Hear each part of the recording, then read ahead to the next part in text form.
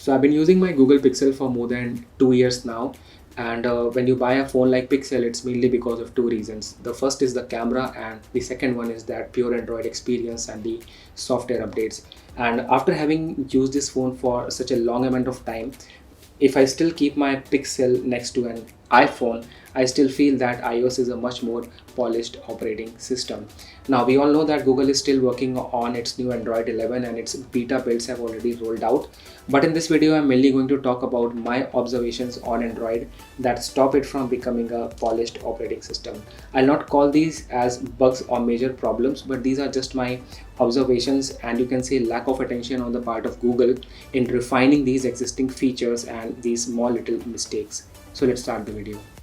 So the first thing that I want to talk about is themes. So if you will pull down the notification panel, then you will find that Google has already integrated this toggle switch, which can be used to switch between light and dark theme very easily.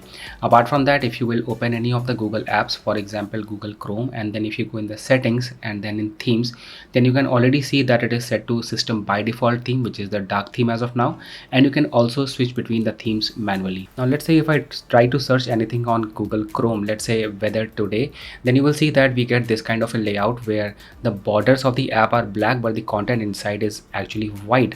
So this is how the dark theme works on Google Chrome. Apart from that, you must be aware of another Google application called Google Search. So if I open Google Search, then first of all let me show you that if I go in settings, then in general, and then in theme, so this one is also set to system by default.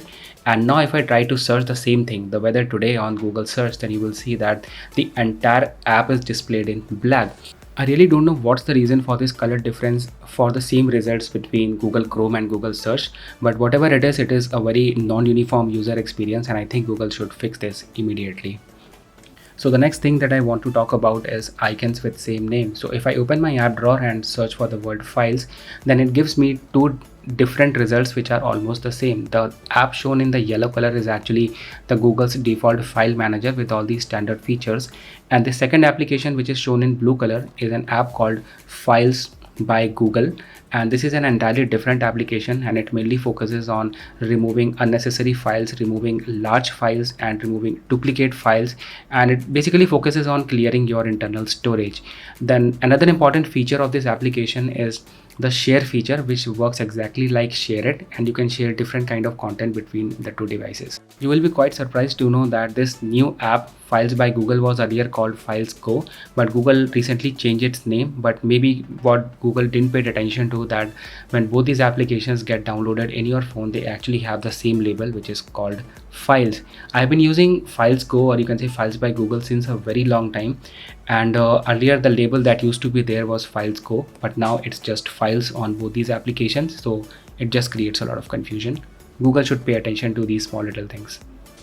So the next thing that I want to talk about is the Google's default file manager, and this application has really got way lot better than what it used to be earlier. It has got a dark mode update, and Google has really refined it a lot. So if you will pull down the side panel, you will find different options like recent images, video, audio downloads, and you can access your phone's internal storage, and you also find the same tabs when you are in the main window on the top, like images, audio, video, and your documents. So by default, applications opens in the recent window, and if you are making a selection to certain files in this particular tab, then you will find that you don't get any option to delete the file. The only options that are available is sort, select, and copy.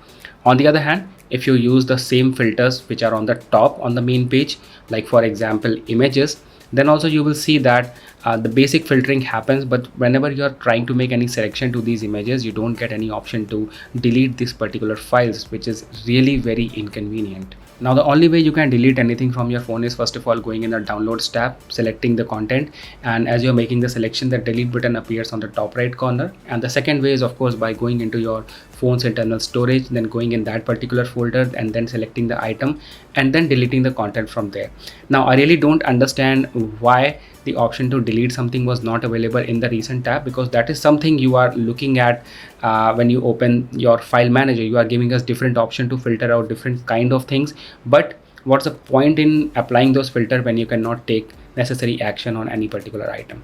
So the next thing that I want to talk about is Google Search. So as you can see that Google has integrated Google Search on the main home screen, and then it is also available as a newsfeed when you will slide your finger from left to right of your phone, and then even the Google search is available when you want to go into your recent tabs. So when you will swipe up and hold, it is available at the bottom.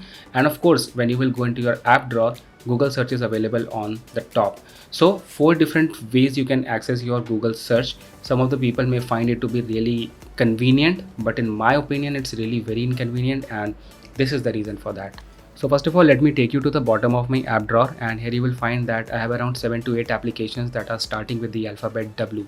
Now, if I try to use the Google search in the app drawer and type the first alphabet W, it will give you 4 search results from the web and will display just 5 applications out of any number of apps that you have in your phone on the screen. Now let's say I forgot the name of the app which I want to search, and I just know its starting alphabet, and if I type that starting alphabet and it is not displayed in those list of 5 apps, then eventually I'll be going into my app drawer and searching for that app manually, which is really very inconvenient. Let me take another example.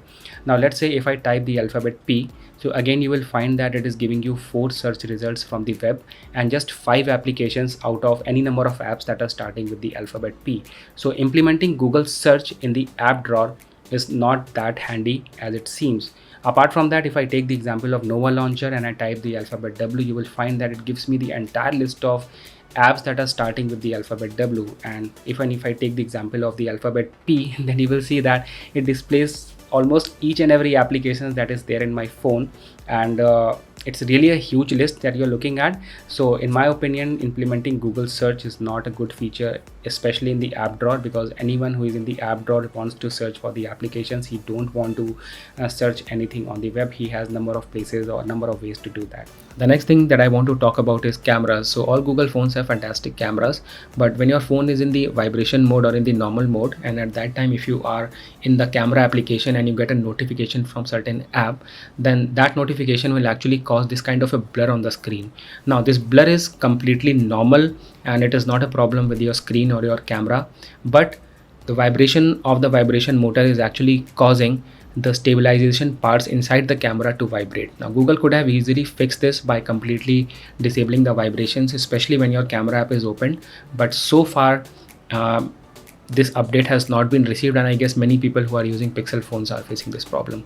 Now the last thing that I want to talk about is not able to bring dark mode to all the Android apps. So for example, if I open my Google Play Music, so this application still opens in this kind of a white layout.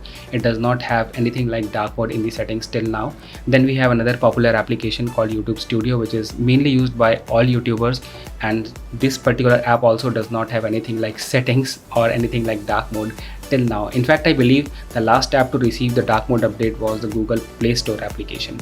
So friends, let's see what Google does with its new Android 11. I know new features are going to pour in, but what's important is that Google should refine these old features. Do let me know what you think about this in the comment section below, and if you have anything that you have observed and you want to point it out, write it down in the comment section. Thank you so much for watching. I'll see you in the next one. Take care.